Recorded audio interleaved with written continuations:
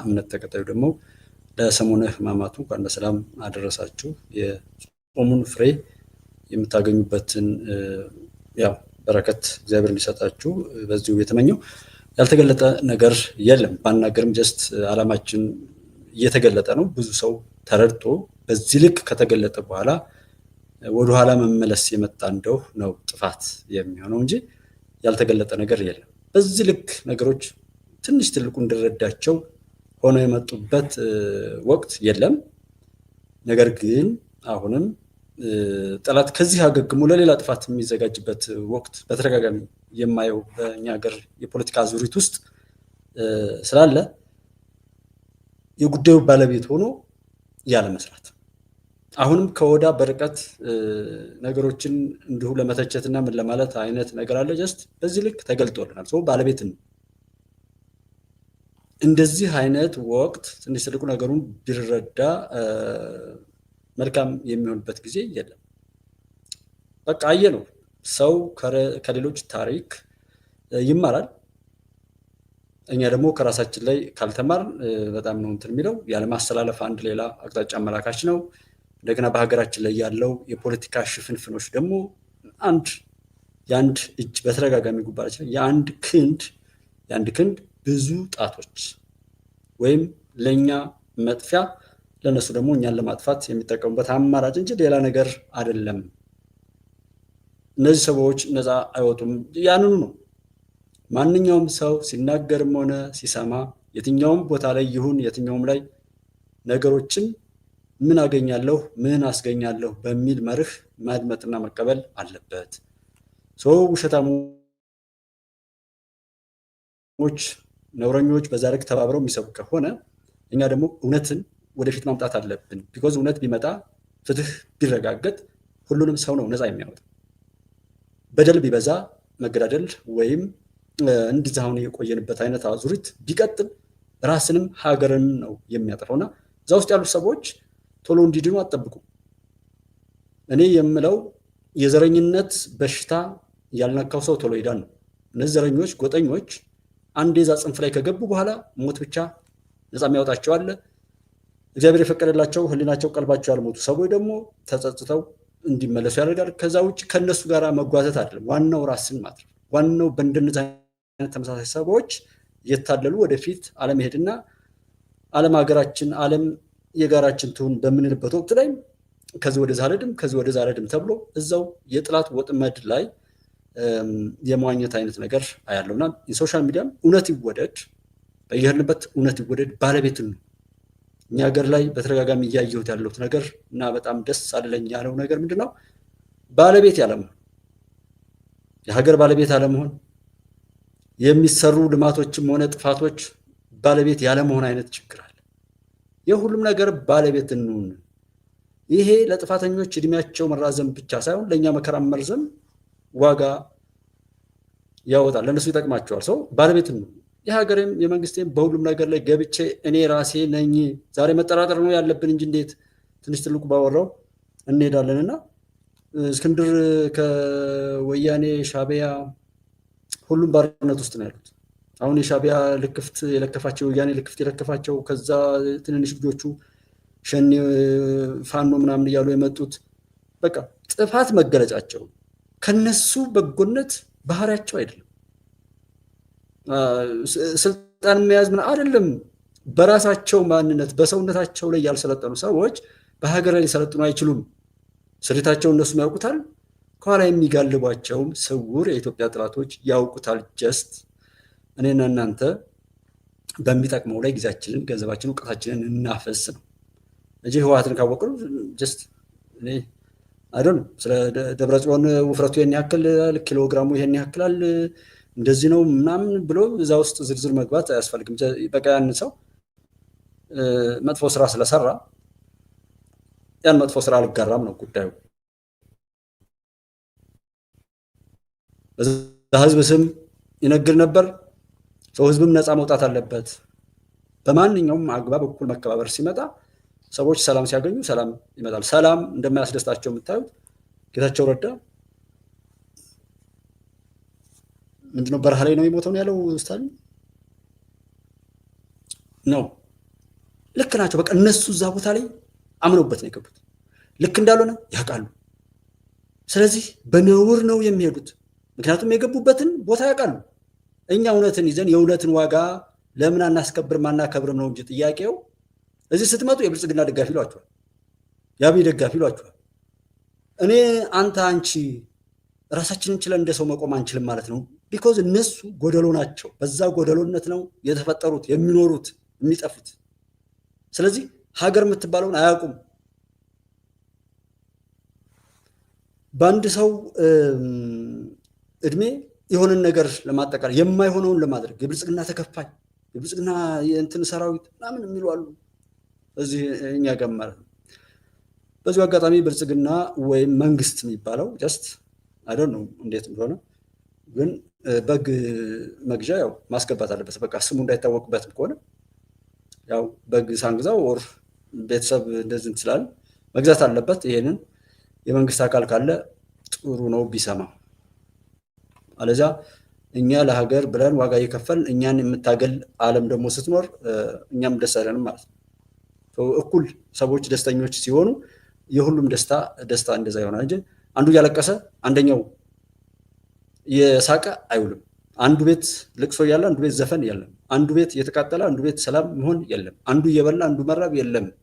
የኤርትራም የትኛውም ዓለም ላይ ነው ፍትህ እንደዚህ ነው የሚመጣው። ሁሉም አብረን ነው የምንሄደው። እኩል እንሁን፣ ወደ በጎ ነገር እንሂድ። የኛ ውድድር በመጥፋትና መጠፋፋት ከራሳችን ቢሆን እኔ አልናደድም። የእውነት እያንዳንዱ ጥፋትና መጠፋፋትን፣ ስድብን፣ ጥላቻን ሁሉ ተጭኖት ነው ከሌላ ወርሶት ነው። ከራሱ ቢሆን ቢኮዝ ራሱ እንደፈለገ ያደርገዋል። ኢሳያስን ውሰዱት። ህወሓት ላይ ያሉ ደብረጽዮንና ሞንጀሪኖ ምናምን የሚባሉትን ውሰዷቸው። ከዛ ጃዊሳ ሸኔም ላይ ያሉ ሰዎችን ውሰዷቸው። ሌላም ውሰዱ፣ መራራ ኦር ሌላም ያላችሁ ሞልቶና እንደዚህ አይነት ሰው ራሳቸውን ስላልሆኑ ነፃ ያልወጡ ነፃ አውጪዎች ወይም የነፃነትን ክብር ተጠልለው በዛ ተጠቅልለው የመጡ ያንን የሚያረክሱ ሰዎች ነበሩ እዛ ጋር የነበሩት የፖለቲካ ፓርቲዎች ወር ምናምን። በዚህ አጋጣሚ በአማራ ክልል ላይ ያሉ የፖለቲካ ፓርቲዎች የሰጡትን መግለጫ በዜና ላይም አቅርቤዋለሁ። በጣም ጥሩ ነው። በጉባለች ቤተሰብ ስም በጣም ክብር እንሰጣለን። አማራ ክልል ያላቸው ወደ 14 ምናምን የሚደርሱ የፖለቲካ ፓርቲዎች ሀገራዊ ምክክሩን ባይሰልፍ በጣም ተቀብለውት ማድረግ የሚገባን ሁሉ እናደርግበታለን። ይሄ መድረክ እንዲመጣ ብዙ ዋጋ ተከፍሏል። ያንን ሁሉ ዋጋ ወደ ፍሬ ለመቀየር ጥረት እናደርጋለን የሚል በጣም ደስ የሚል መግለጫ ሁሉ ሰጥቷል። በጣም ነው የምናመሰግነው እንደዚህ አይነት ፓርቲዎችን ብዬ ነው። እና አንድሬስ ሳይድ መንግስቱ ወንድቤ ሰላም ናችሁ ወይ? እንዴት ናችሁ? አብራችሁ ስላላችሁ እጅግ በጣም ደስ ይለኛል። እና ያው መንግስትን በዚህ አካውንት የበግ መግዣ አስገባ በሉልኝ። ግዴታው ስለሆነ ካላስገባ ደግሞ ጀስት ብዙ ሊጎዳ ይችላል ማለት ነው። እኔ ያለው የምጎዳው ያንን ነው። እኔ በዚህ ልክ ራሱ እንደዛ እንትን ማለት እና እንደዚህና እንደዚህ እያሉ የሚሉ ሰዎች ከነሱ የምንጠብቀው ነገር የለም። እስክንድርን ብትወስዱት እዛ አማራ ክልል ላይ ያለው ማን ይሄ ጀነራል ተፈራ ያልተገለጠ ነገር አለ? ሁሉ አንድ ባንድ ተገልጧል። ማስመሰል የለም። በደንብ እንድናለን። ሀገር በደንብ እየዳነች ነው። በደንብ ነፃ እየወጣ ነው። ይህንን ይዘን ተቀብለን ኬሪያ ናት የምትባለው ወይዘሮ ኬሪያ ኢብራሂም ይህንን የቅድም የተናገረችውን ሰሞን ታድሰናል። ሁሌ ታድሰን ወጥተናል። አንድ ሁነን ወጥተናል። ድል በድል ሁነናል። እየተሳሳትንም ተጠናክረን ወጥተናል። በስብሰናል ያላምንበት ኔትወርክ ነበረ ያላምንበት መጠቃቃት ነበረ ያላምንበት ጊዜ በግምገማችን ላይ ጊዜ አለ ብዬ አላስብም። ግን የህዝብ ግን በቃ ቢለን ኑሮ አላስቀምጥ አላስኬድ ቢለን ኑሮ እንስተካከል ነበር። እንዴት ሆኖ ይስተካከላል? አሁን ላይ ያለው ሁሉ ሰላም የሚጠላው ለምንድን ነው? እያንዳንዱ ዝም ማለት እኮ ራሱ አልቻለም። ሰው ሰላም ያከስረዋል። የሰዎች ደስታ ያከስረዋል።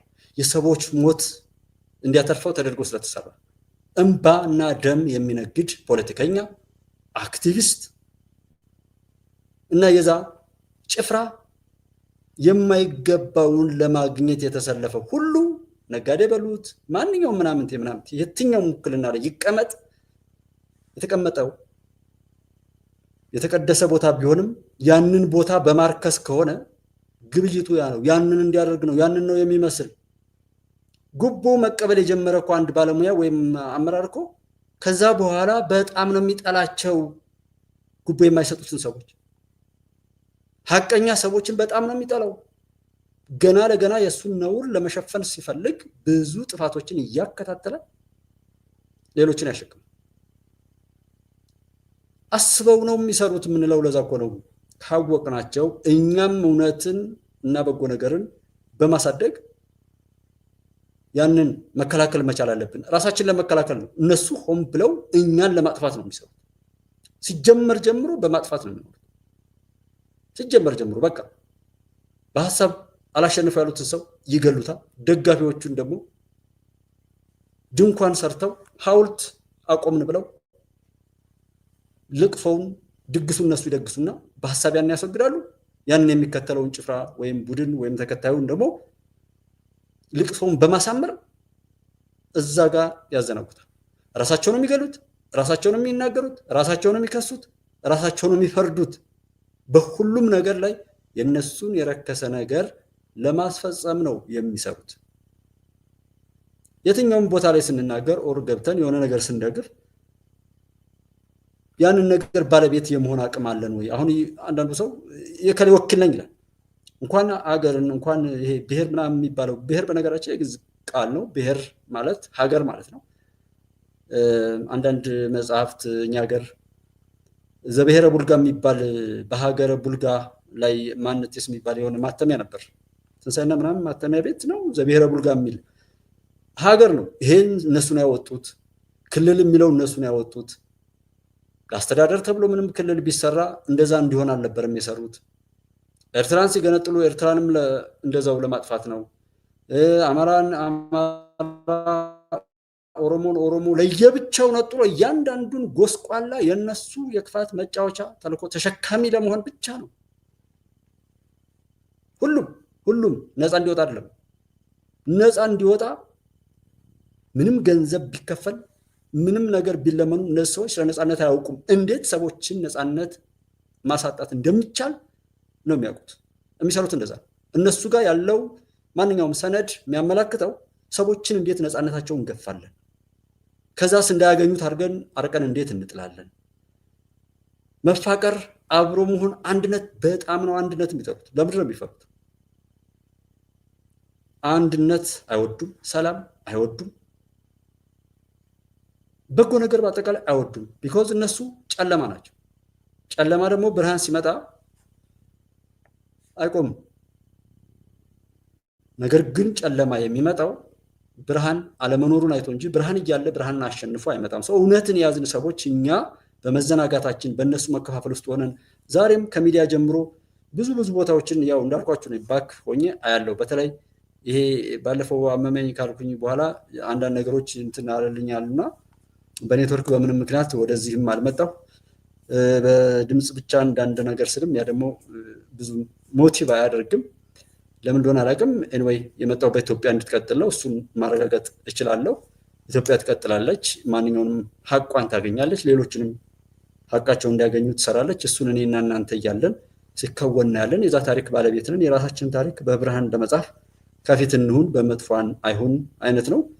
እሱን እናደርጋለን። ምንም ጥያቄ የለውም። እና በዛ ስሜት ሆነ ግን ማን ምን እንደሚያደርግ ምን ያህል ሰው ምን ላይ እንደሚውል እንደዚህ የሚሰሩ ድራማዎች፣ ፊልሞች፣ ምናምኖች ሁሉ እኛ ሀገር ውስጥ እጅግ ትውልዱን በጣም እንጃ ይዘገናቸው አሉት። በጣም ተስፋ እንድትቆርጡ እጅግ በጣም እንድትሳቀቁ ሁሉ የሚያደርግ ልምምዶች አሉ። አሁንም ያልተነሱ በሙዚቃው ምዘው በለው በላይ የት ለመድረስ እንደሆነ አላውቅም። አንዳንድ የሳትራት አይነት እሳቱን አጠፋለሁ ብላ ትመጣለች፣ ታንዣብባለች፣ የምትችለውን ሁሉ ታደርግና መጨረሻ ላይ የምታጠፈው መስሏት እሳት ውስጥ ዘላ ገብታ እዛው ተቃጥላ ትሞታለች።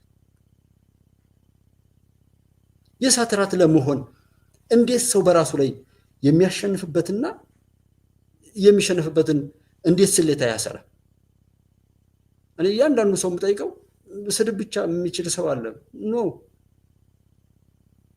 ስድብ እውቀት አይደለም፣ ራስን መግለጥ ነው።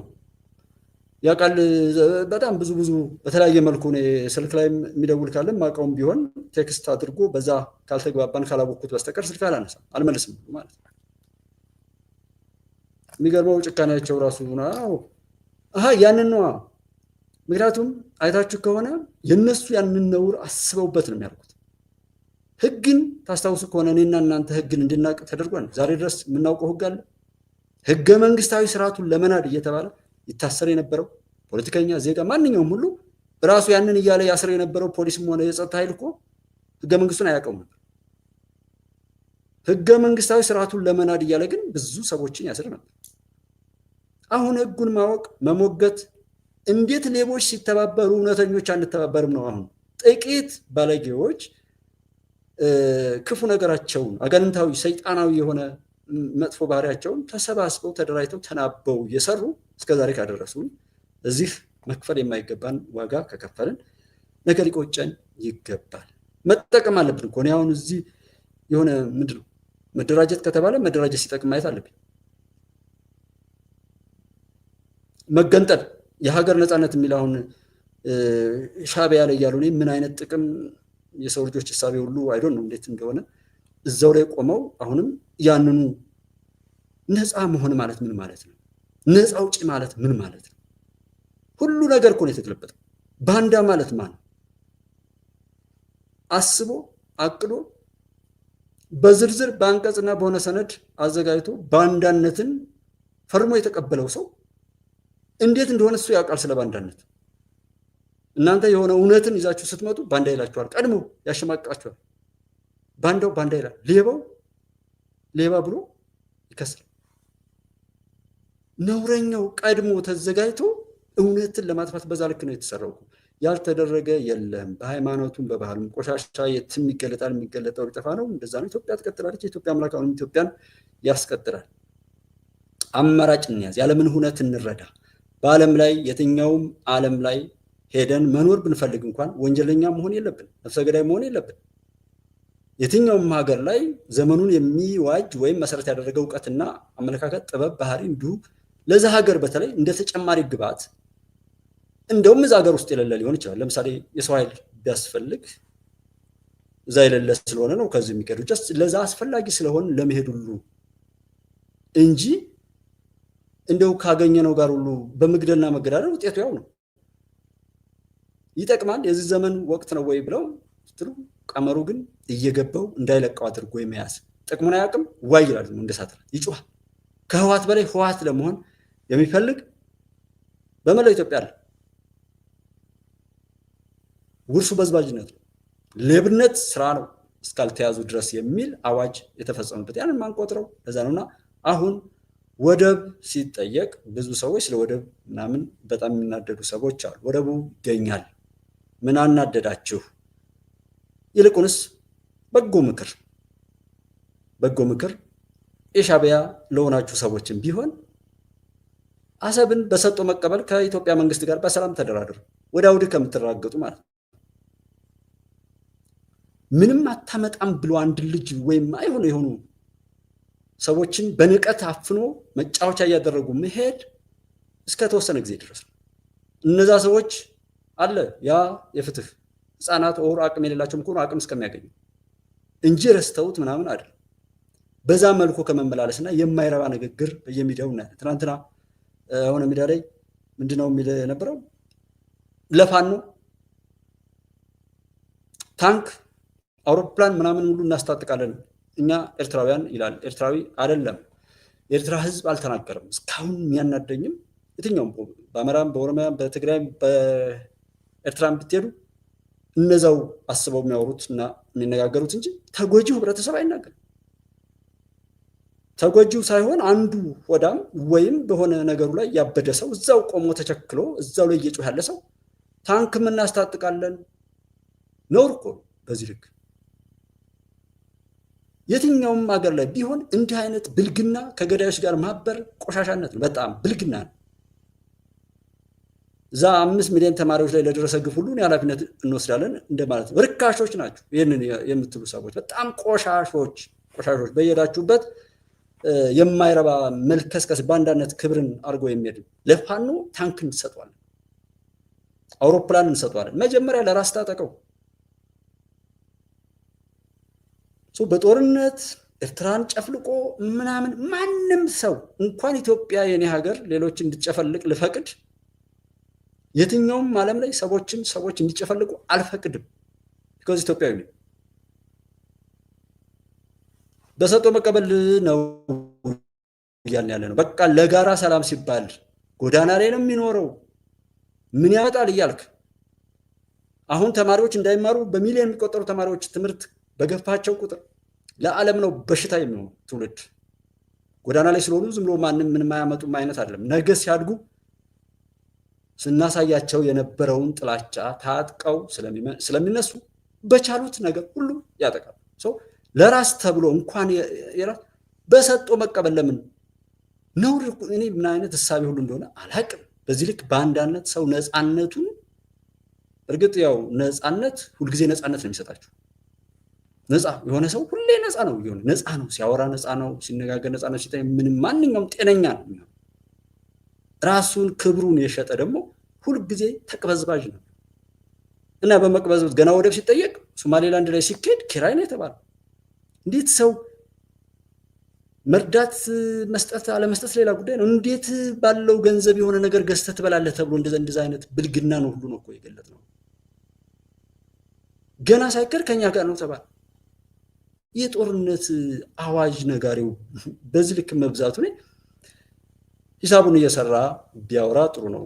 እዛ ጋር ተባለ፣ እዛ ሶማሌላንድም ሀገር ሆነች ምንም ሶማሌላንዳውያንም ሆኑ ሶማሊያውያን፣ ኢትዮጵያውያን፣ ጅቡቲያም፣ ኤርትራውያን የትኛውም ቦታ ላይ ያሉ ህዝቦች ነፃ ይወጣሉ። ትግሉ ግን ቀላል ነው ወይ? እነዛ ሌቦች፣ እነዛ ለከስክሶች፣ እነዛ በብልግና በነውር በማይገባቸው በደም ንግድ ላይ ፈጣሪ ያሰመረውን መስመር የሳቱ ሁሉ በመቅበዝበዝ ይጠፋሉ። ሰው በመቅበዝበዝ የተሰባሰቡ ሁሉ ጓደኛቸውን እንኳን በሀሳብ ተለየኝ እያሉ የገደሉ የቅርቡን ማየት ትችላላችሁ። ውባንተ የሚባለውን ባለፈው ገደሉ። አሁን ደግሞ ባለፈው የሆነ ልጅ ገሏል ደቡብ ጎንደር አካባቢ ላይ። ለምንድን ነው የሚገሉት? እውነት ስለሚይዙ ነው። ከጀርባ ነው የሚገሏቸው። እንደዛ እየገደሉ የመጡ ሰዎች አስቡት፣ ሊረጋጉ ይችላሉ? አይችሉም። ብዙ ነውር አለ እጃቸው ላይ። እንደገና ከኋላ ደግሞ የሚጋልብ ሌላ ደግሞ አለቃ አላቸው። ስለዚህ እነሱ እስከ ሞታቸው ድረስ በዛው ጥፋት ይቀጥላሉ። የሚሰሩትንም የማይሰሩትንም ለዛ እኮ ባካፕ እየሰጡ እኮ ናቸው። ያንን ታሳቢ በማድረግ አይ እኛ ንጹህ ከሆነን ከነሱ መሸሽ። አንዴ መግደል ከጀመራችሁማ በቃ ያንን እየሰሩ ሌላ ግድያ እንድትፈጽሙ ሌላ ነውር እንድትሰሩ ነው። ባለፈው ሸኔ አካባቢ ላይ አንድ እውነተኛ ታሪክ ላይ ውብዬ ነው እንደዛ ያቀረበው። አባቱን ከቤቱ አምጥተው ምንም አያውቀውን ወጣት ጭንብል ካለበሱ በኋላ በጥይት በለው እንደዚህ ያደረገ ነው ብለው ካስመቱት በኋላ አባቱ መሆኑን አሳዩት። ልጁ ጨካኝ እንዲሆን አደንዛዥ ዕፅ ሁሉ እየሰጡ ህሊናቸው ሰውነታቸውን ቢያላቸውን ነገር ሁሉ እንደዛ ያደረጉ የሚሄዱ ናቸው። በጠቅላላው መግደል፣ መገዳደል፣ መስደብ፣ አንዱን አንዱ በማጥፋት ማሸነፍ ትልቅ መሆን አይቻልም። ምንም ነገር ቢባል ስልጣን እንደዚህ ከሚባለው ላይ ሲነሳው በአንደበቱ ላይ በራሱ ላይ ባለው ፈጣሪ በሰጠው ክብሩ ላይ መሰልጠን ያልቻለ ሰው የትም ቦታ መሰልጠን አይችልም። ስለዚህ አንደበትን በመግራት የራስን አማላይነት እውቀት ካላችሁ እውቀታችሁን በመናገር አማራጫችሁን በማሳየት ነው። ከዛሬ በኋላ እኮ እውነተኛ ታጋይ እውነተኛ ለህዝብ የሚቆረቆር ሰው ቢመጣ እንኳን እንዳናምነው እንዳንከተለው የሚያደርግ ነውር ነው። ምን ለወለጋ ተናግሮ ጎጃም ሰውን መውጫ መግቢያ የሚያሳጣ ባንዳ ሲፈጠር ሚሊየን አለቀብኝ ሲል የነበረው ጄኖሳይድ ሲል የነበረው የለም ከኤርትራ ጋርም ቢሆን ምናምን ያንን ሁሉ ራሳቸው ሲተፉት የነበረው መልሰው ሲልሱ እያየናል እንዴ? ጀነራል ተፈራን፣ ህወሓትን፣ ሁሉንም ቁጠሩ ላይ ጽንፈኛ የተባለ እነሱን ያው ነው የምናየው። ዞሮ ኢትዮጵያ ትቀጥላለች። ባንዳና ጽንፈኛ ይጠፋል። ከክፎች ማንኛውም ነገራችንን ደግሞ በመጠበቅ እንትን ልንል ይገባል። አለን እሺ ተገናኛችሁ ትናንትና በደንብ እንዳላወራ እነሱ መሀል ሆኜ ነው ዘወዲያ። እሺ ግን አገኘሃቸው? ተሻግሬያለሁ፣ ማታ አግኝቻቸዋለሁ። አንዳልኩ በጣም ራሳቸው መጥተው ተቀበሉ አይደለም? እና ተሻገርንኛ መጥተው ተቀበሉና በጣም እሺ እንደዛ ነው ያለው። እና አንድ መጣው አናግረውን ነበር የሆኑ ሰውዬ እሺ እያሉን ያሉት የመጣችበትን ዓላማ ራዕያችሁንና ምንድን ነው የምትፈልጉት የሚለውን አጠቃላይ በወረቀት ተቆራረጠብኝ። ሀገር አፍራሽ ደግሞ ራዕይ አለው እንዴ? ራዕይ አለው? ለጥፋት ነው የተሰባሰባችሁት? መግደል ነው? ምን ማለት ነው ይሄ? እስከዛሬ ያጠፉትን ጥፋት ብቻ እየተራከኩ ይመጣል ያ የሚገልባቸው። ነፃ ውጡ። መጀመሪያ ሐሳባችሁ ከሌሎች አትጫኑ በሉልኝ። እኔ በዚህ በጽንፍ ላይ ሆኖ አንዱን በአንዱ ላይ በዘለፋ ዝም ብሎ እያበዱ የሚሄዱ ሰዎች እብደታቸውን እስኪ ዞር ብለው ይዩት። አንዳንዱ ዝም ብሎ የሚናከሱሉ ይመስለኛል ሲወራጭ ስታዩት፣ በቃ የሆነ የሚያስጣላ ነገር አለው ስታዩት ማለት ነው። አይሰማም? ተቆራረጠብኝ። ቀጥል። አሁን ቀጥል። ተቆራረጠ እንደጋ ድጋሚ። እሺ የመጣችበትን ዓላማ ለምን እንደመጣ ፍላጎቶችም እንደሆነ ምንድነው ፕላናችሁ እቅዳችሁ የሚለውን አጠቃላይ በወረቀት አዘጋጁት። ነገ ጀነራል ይመጣል ያው ታወርታላችሁ የሚለው እኮ በጣም ቆንጆ። አንተ ደብዳቤ አዘጋጅተንልሃል። አሁን የእንትን ያለ ምንድነው ደብዳቤ ተዘጋጅቶ ሁሉ ነገር አልቆ ማንነትህን የሚገልጽ ለምን ዓላማ እንደተላክ የሚገልጽ ደብዳቤ በእንግሊዝኛ አዘጋጅተን ጨርሰናል። ጨርሰን ዋትስአፕ ነበረ ስንጠብቅ የነበረው። ያ ዋትስአፕ ሳይገኝ በዛ እንዳጋጣሚ እንትን አልክ። ቆይቷል እሱ ከተዘጋጀ እና ዋትስአፕን ከመሻገር በፊት ስልክ ላይ ልልክልህ ፈልገን ነበር። እነሱ አሁን ዋትስአፕ ካላቸው ዋትስአፕ ላይ ደብዳቤውን እንልካለን። እንደዛ ይሻላል። አንድ ይሄ ነው። አይ ደብዳቤው ቢኖራቸው ጥሩ ነው። አንድ ሁለት ደግሞ ባጭሩ እንትን ልበል። አሁን ዋናኛ የምንፈልገው የተላክበት ዋነኛው መጀመሪያ የስራ አስፈጻሚ ኮሚቴ አባል መሆን የሎጂስቲክስ ኃላፊ መሆን ትገልጽላቸዋለህ። ለመጀመሪያው እየተሰማ ነው ብዬ ነው የዋትስአፕ ቁጥር ነው የምታዘጋጅልኝ። የዋትስአፕ ቁጥር ታዘጋጅልኝ። ይሰማል? አይ ዶንት ኖ እየተሰማ ነው ብዬ ነው ዝም የቀጠልኩትና የተሰማ ከሆነ ኦኬ ወይ የድምጽ ደግሞ የሆነ ጥራት ከሌለው ንገሩኝ እስኪ። ያለ የዋትስአፕ ቁጥር ላይ ይላካል። ከዛ በቃል ግን ሰውየው ጀነራሉ ሲመጣ ግን የምትነግረው አሁን የሄድክበት ምክንያት ዋነኛው ምክንያት የሄዳችሁበት አንተ የሄድክበት ምክንያት ቢሮ ለመክፈት ነው። ዋነኛው ምክንያት ይሄ ነው። በቃ ይሄ ነው ዋናው በቃ ቢሮ ለመክፈት ነው። ቢሮ ለመክፈት ነው የምፈልገው። ቢሮ እንዲከፍት ነው። ቢሮ ተከፍተው ከዛ በኋላ ቢሮ በአጠቃላይ የድርጅቱን ዝርዝር በሁለታችን መካከል የሚኖረውን ግንኙነት፣ ዲፕሎማሲያዊ ግንኙነት፣ ወታደራዊ ግንኙነት፣ ፖለቲካዊ ግንኙነት እነዚህ ዝርዝር ትገልጸዋለህ። ዲፕሎማሲያዊ ግንኙነት እና ወታደራዊ ግንኙነት በቢሮ በኩል ያልቃል። አሁን እኛ የመጣሁት ዋናው ሰርስ የመጣሁት ቢሮ ለመክፈት ነው የመጣሁት ትለዋለህ። ከዛ ቢሮ ላይ ቁጭ ብዬ አሁን አንተ የተወሰነ ማለት ነው 15 ቀን የሚሆን ምንም ይሆን ቢሮ እንደፈቀዱልህ ዝርዝሩ በምን ጉዳዮች ላይ ነው የሚለውን አጀንዳ ይዘን ከነሱ በኩል ሰው ተመድቦ ከኛ በኩል ሰው ተመድቦ ትሰራለህ ማለት ነው። በዚህ ልክ ነው። እና ይሄ አሁን እስክንድርን እናይበት የነበረውን ትውስታ ውሰዱና አሁን ያለበትን ነገር ስታዩት ነው ነገሩ። ከዚህ በኋላ ይህንን የሚመስል አይነት ነገር ቢፈጠር ለምን ይባል? ቢኮዝ እኛ በጣም በተታለን በተደናገርን ቁጥር ጠላቶቻችን ኢንቨስትመንታቸውን ይጨምራሉ።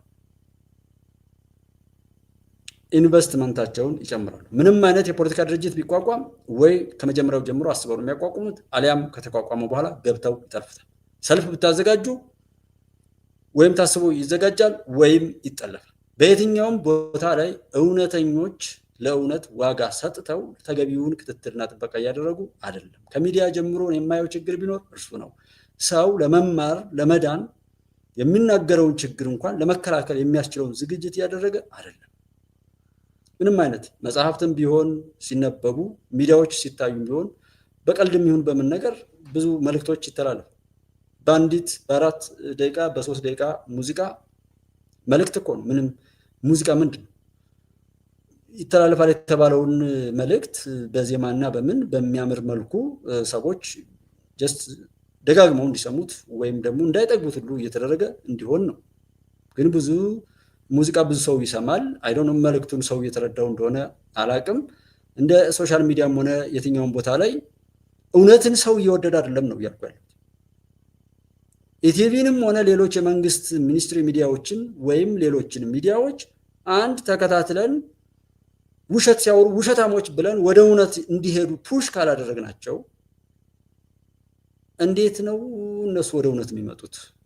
እና ሶሻል ሚዲያ በተለይ የሚወደደው ውሸት ነው፣ ፕሮፓጋንዳ ነው። ይሄ የሚያስደነግጥ ነገር ነው። መደንገጥ መደንገጥ መደንገጥ መደንገጥ በቃ መደንገጥ ምን ጥቅም አለው ከመደንገጥ? እና አሁን ይሄ ሚዲያ ለምሳሌ እንደ ቢዝነስ ቢቋቋም በቃ እየጠፋ ይሄዳል። ሰው ካልወደደው ይዘጋል። ስለዚህ ሚዲያውም የሚቀጥለው በህዝብ ነው፣ ሀገር የምትቀጥለው በህዝብ ነው። ማንኛውም ነገር ስኬታማ የሚሆነው በታላቁ ህዝብ ነው። ባንዳውም፣ ጽንፈኛውም፣ ዘረኛውም፣ ጎጠኛውም ይኸው እስከዛሬ ድረስ የመጣው በሽታኛም እኛኑ ገሎ እኛኑ ሰልፍ ጠርቶ ለሌላ መግደል ያዘጋጀናል። እሱ አይሞትም፣ በእኛ እየነገደ ይኖራል። ቡትስ ይደረጋል እኮ ጀስት ከነገሩ እውነትነት አንጻር ነገሩን ብንረዳ። አሁን በዚህ ዘመን እኔ ምክር ቤቱን አለመስማማት ሌላ ጉዳይ እኮ ነው። ያገኘውን እድል ሁሉ ግን ተጠቅሞ አልስማማ ብለው መንግስትን የሆነ ወይ አፈርኩ ብሎ አምባገነን እንዲሆን ወይም ደግሞ በትክክል ቃል የገባውን በተግባር የሚያሳይ መሆኑን ለማየት የቀረበውን መድረክ እንኳ ሳይጠቀሙ በየሀገሩ እየቀላወጡ ኢትዮጵያን ለመውጋት የተሰሩ መሆናቸው ስንት ጊዜ እነዚህ ያጀገናቸው ስንት ወጣት የሞተበት ስንት ሰዎች የታሰሩበት በእነዚህ ልክፍ ዛሬም ድረስ ብዙ እህት ወንድሞቻችን እየተጎዱ ባለበት ላይ እነሱ ለሌላ ጉዳት ያልበቃቸው ብሎ ለሌላ ዘላቂ ደም መፋሰስ እየሰሩ ነው ያሉት። እኔ ማለት ከራሴ አንጻር ነገሩን ስለማየው እንዴት ሰው ይታለላል ብዬ የምለው አንድ ኢትዮጵያን ለማፍረስ ዞል ድረስ የሚለው ሰው ዳንኩኝ ሲል ኢትዮጵያ ስትፈርስ ቁጭ ብዬ በማየት እድለኛ ነኝ ያለው ሰው አይ አቶ ጌታቸው የእሱን የረከሰ የግሩፕ ተግባር ተሸክሞ ስላለ እዛ በረሃ እንደሞተ ነው የምቆጥረው። የኢትዮጵያ ባለቤት መሆን ሹመት ማግኘት ከነሱ የእብደት ዓለም ወጥቶ እንደ ሰው መቆምና እንደ ሰው መቆርቆር ለነሱ እንደ ሞት ነው የተቆጠረው።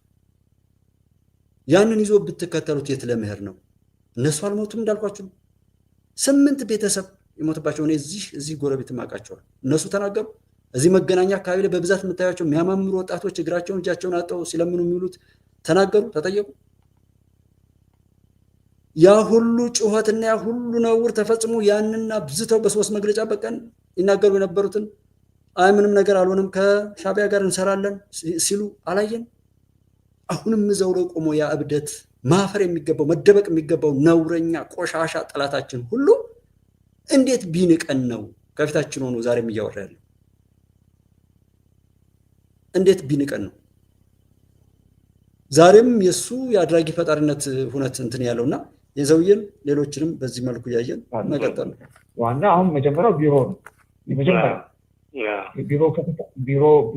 ቢሮ ለመክፈት ፍቃድ እንደሰጡን ከዛ በኋላ የምንገባው ወደ 2 ነገር ነው። አንድ የመሳሪያ እገዛ ነው። ሁለተኛ ደግሞ የማሰልጠኛ መክፈት ነው።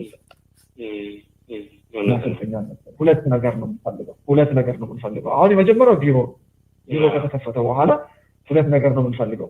ቢሮ የሚያመቻቸው ምንድነው? ልክ እንደዚህ ብለህ ነግረዋለህ። ቢሮ የሚያመቻቸው 2 ነገር ነው።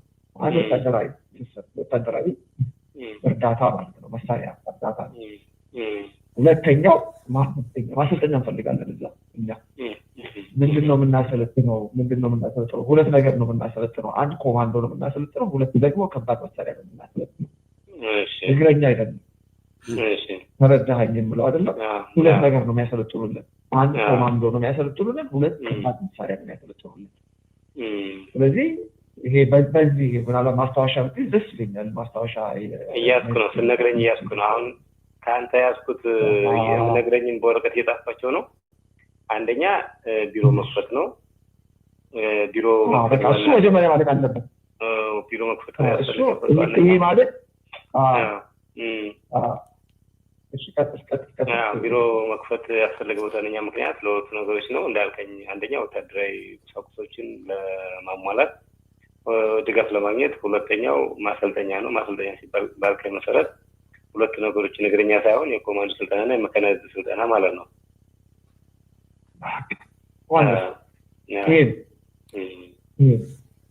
ጀምር በዚህ ልክታስ በቃ ይሄ ነው እና ግን ዋናው ምንድነው አሁን አስመራ ሄደ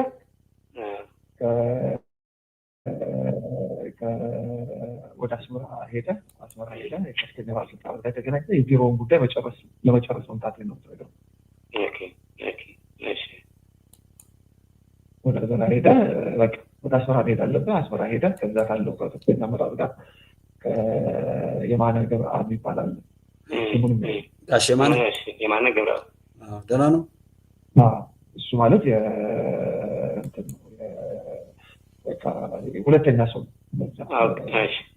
ኢሳያስ እሱ ጋር ሄደ ያው ከሱ ጋር ያው እንትኑ ለመጨረስ ነው በዋናነት የቢሮውን ጉዳይ ለመጨረስ ይህን ንግግር ኤርትራዊ ነኝ ያለ በተለይ ከሻቢያ ጋር ያለም እንጂ ያ የሚጎዳው ህዝብ ያውቃል ችግር የለበትም ቢናገር የሚደርስበትን ስለሚያውቅ ሊሆን ይችላል ዝም ብሎም ያለ እንጂ በደሉን ያውቀዋል ይህን ጉዳይ እያረጋችሁ ያላችሁ ሰዎች በቻላችሁት አቅም ለዚህ አይነት የባርነት በጥፋት ለባርነት የምትሰሩ ኃይላትና ይህንን አይነት ቲፎዞ ሐሳብ የምትደግፉ ሰዎች ካላችሁ አይጠቅምም የትኛውም ቦታ ላይ ለምንም አይነት ለሰው ብቻ ሳይሆን ለእንስሳትም ንገሩትና መልሱን ይሰጣችኋል አይጠቅምም ኢትዮጵያን በማጥፋት የሚገኝ ክብር ለዚህ ነው የኤርትራ ሉዓላዊነት ለኢትዮጵያ መጥፋት ነው ባለፈው ደጋግሜ ያቀረብኩት ፕሮግራም አለኝ አዎ ግብጾች ኢትዮጵያን እንድንጎዳ ለኢትዮጵያ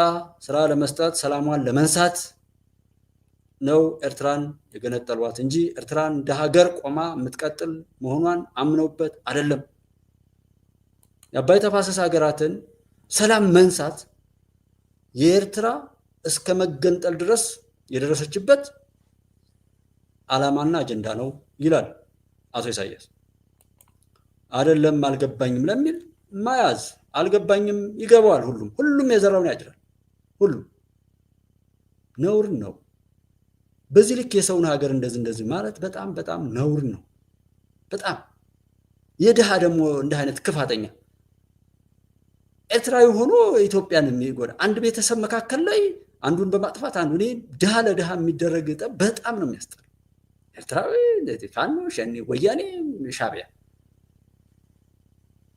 ላዩ ላይ ቅማል እየፈላ በዚህ ህብረተሰብ መካከል ላይ ሆኖ በዚህ ህብረተሰብ ችጋሩን ለመቅረፍ እንትን እንደማለት ምን አይነት አጋንንታዊነት እንደሆነ አላውቅም አጋንንትም ቢሆን በጣም ምቾት ላይ ያሉ ሰዎችን ቢሆን ይችላል እንጂ ከአጋንንትም በታች ነው እንዲህ አይነት ቆሻሻነት ቅማሉ ላዩ ላይ እየፈላበት ሌሎችን ደግሞ በዛ አዋርዳለሁ ገላለሁ አገዳድላለሁ ከዛ ደግሞ ይሄ አሁን ይሄንን እስክንድርና ይሄን መሰል የሚሉ ደግሞ ያንን ቅማላም ቆሻሻውን ያን ተሸክመው ደግሞ አገራቸው ላይ በሽታ ተሸክመው የሚመጡ ቆሻሾች ደግሞ አሉ ደግሞ ከመካከላችን የተፈጠሩ የኃጢአት ልጆች የሐራም ውላጆች ፈጣሪ ወይ ከፈቀደው ህግ ውጭ የተፈጠሩ ይሆናል ቢያንስ የማነ ገብረአብን አግኝታ ከሱ ጋር መከራ ይሄን ቢሮ መስፋት አሸባሪ በሚኒስትር ደረጃ ከተቻለ ካልተቻለ ግን በዋናው ማግኘት ካልተቻለ ቢያንስ የማነ ገብረአብ ጋር ብቻ አስመራ ሄደ ይሄንን ጉዳይ መጨረስ እንዳለበት መንገር አለበት በስምም ባጠቅስም እነሱም እኛን እንዴት አልፎ እንዳይሉ እንደውም ስምንም ባጠቅስ አስመራ ግን አስመራ ካሉ ከፍተኛ ባለስልጣናት ጋር የቢሮውን ጉዳይ መጨረስ እንደምትፈልግ ቢሮ ለመክፈት መምጣትህን ትነግራቸዋለህ እና ሌላ ተከታይም ደግሞ ቡድን እየመጣ መሆኑን ትነግራቸዋለህ እሱ ግን በኋላ ነው የሚመጣው አሁን አንተ ነህ የዴሊጌሽኑ መሪ አንተ ነህ። በነገራችን ላይ ደብዳቤው ላይ ገልጸዋል። የልኡኩ መሪ አንተ ነህ። ለምን የስራ አስፈጻሚ ኮሚቴ አንተ ነህ። አሁን ሰላም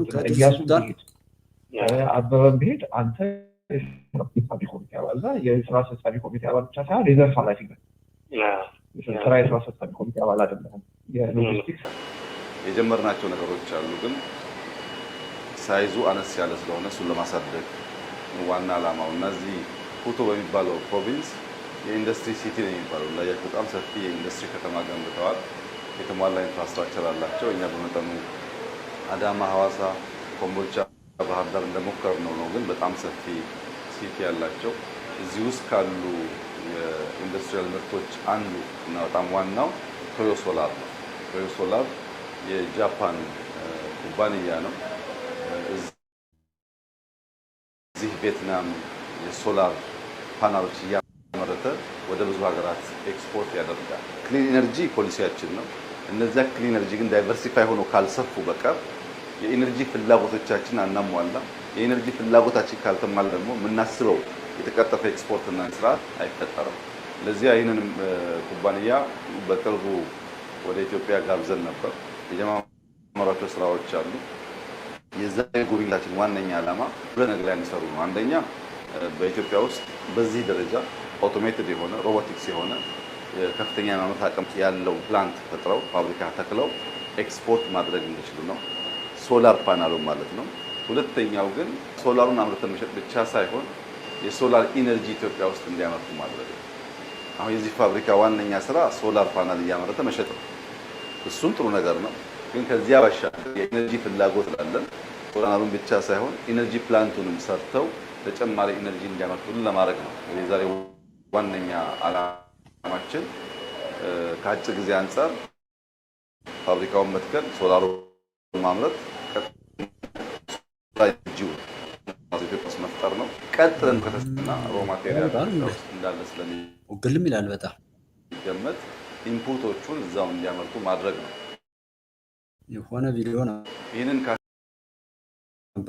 በጣም ብዙ ጠቀሜታ አለው። አንደኛ እንዳያችሁት እንደዚህ አይነት ከኢምፕሊመንት ወጣት ኢንጂነሮችን እነሱ ጋር በማስገባት በማስተማር ይሄን የእውቀት ሽግግር ማረጋገጥ እንፈልጋለን።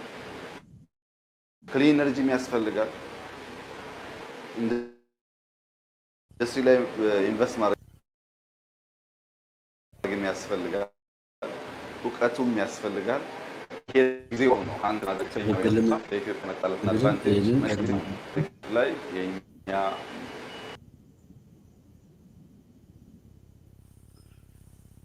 and lots of restrictions. It's known for its tough army, good food, beautiful people, and a president who refuses to give up his power. I set out to learn about this little, lesser-known country for myself. Welcome to Eritrea. I am now on my way to the Embassy of Eritrea to try to get my stamp for my passport. This is my third time going. So third time was not a charm. I started the visa process in the US and then flew to Ethiopia and had to go to the embassy 5 times before getting this visa. It's one of the hardest visas in the world to get. Eritrea is a country located in East Africa, touching borders with Sudan, Ethiopia, and Djibouti, and right along the Red Sea. Eritrea is the 7th youngest country in the world, with only gaining its independence in 1993. It's also one of the least visited countries in the world. It's been nicknamed the North Korea of Africa because it is ruled by a dictatorship since gaining its independence. This is the craziest thing I have ever seen. I've been here for, I think, an hour and a half. We just throw the luggage out. Eritrea wins the prize of craziest baggage claim I've ever seen in my entire life. In the taxi.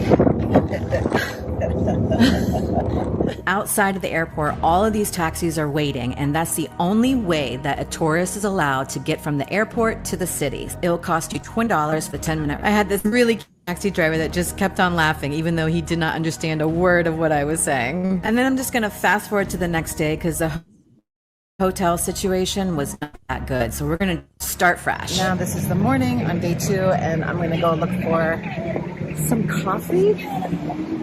So yesterday, after I left the airport, I got checked into 2 different hotels. Neither one of them are exactly what I am wanting at this time. I will continue to see if I can find it. It was once colonized by the Italians, so there's a lot of Italian architecture here and a lot of Italian food, which is really interesting. So I think I just found a coffee place, and let's see. Morning.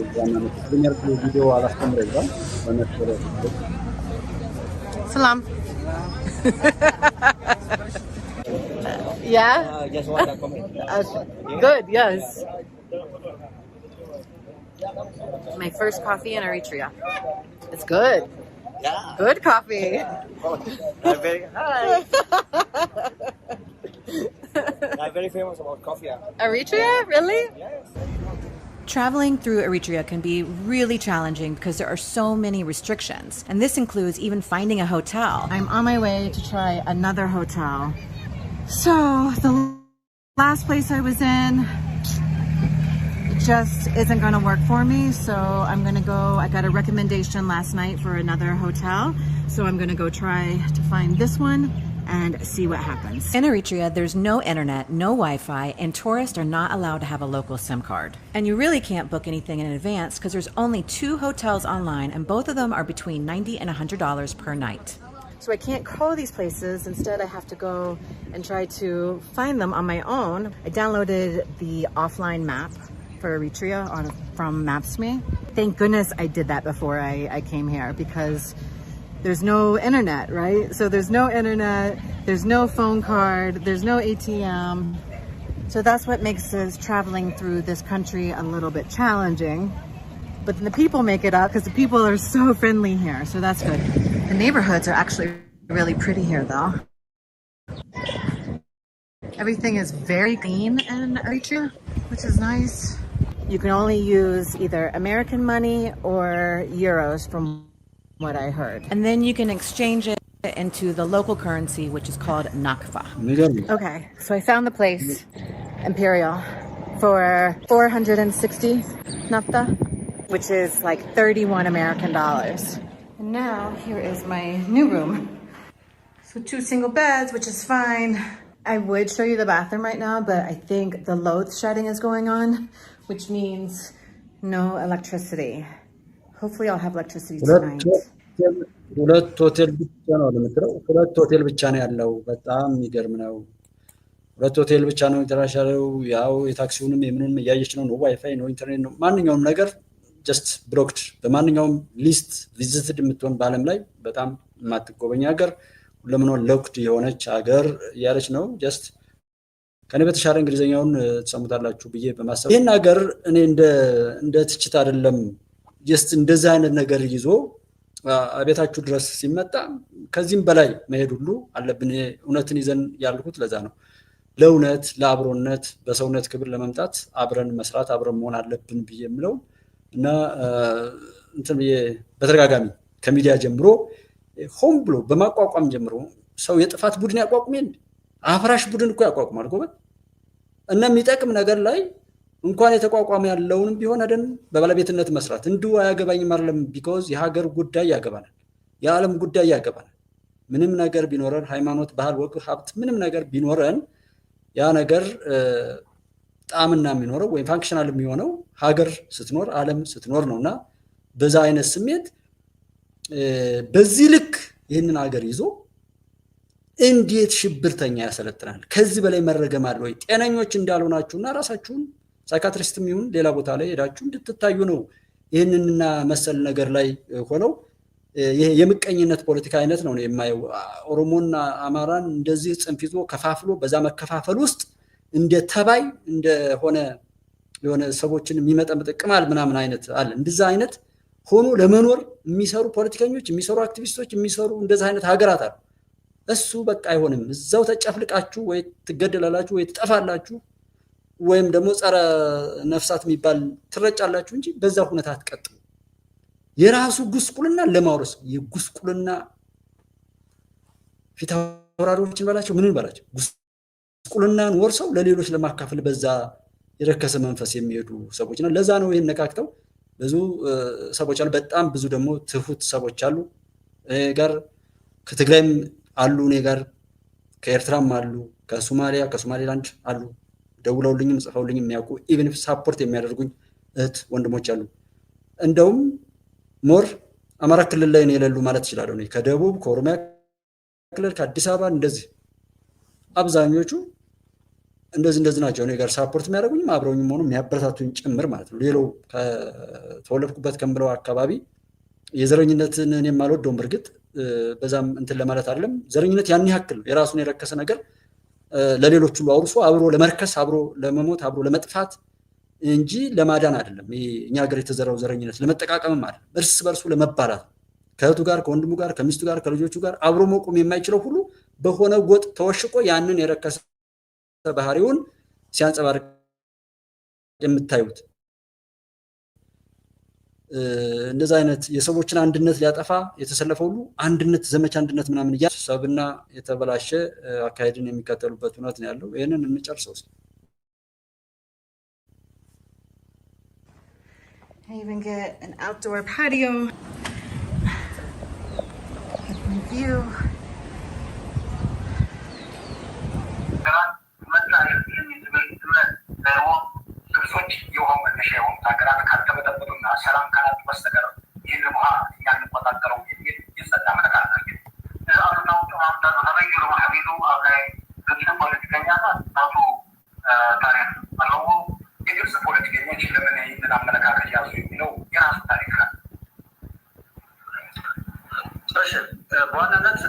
ይሄ ነው ዋናው። ለምን ተብሎ ከግብጽ ጀምሮ ኤርትራ እንደ ሀገር እንድትቋቋም እንደተደረገ አላማው ይሄ አልገባኝም። መለሰው ኢሳያስን ጠይቁት። እዛም ኢሳያስ እንደዛ ይሆናል።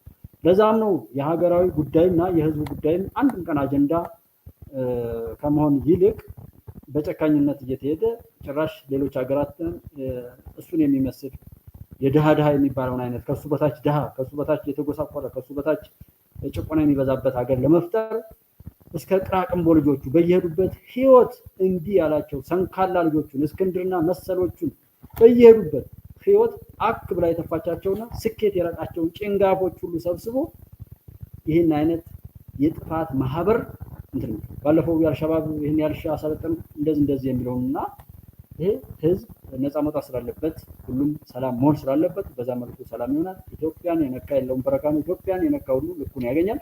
አብራችሁ የነበራችሁ ወንድሞቼ በጣም አመሰግናለሁ። አብራችሁ ስለነበራችሁ በምችሉት ያው ላይክ እንደዚህ በማድረግ የሚደረገውን በማድረግ አብረን ኢትዮጵያ ሁልጊዜም በድል ትቀጥላለች። ጠላቶቿን ሁሉ እኔና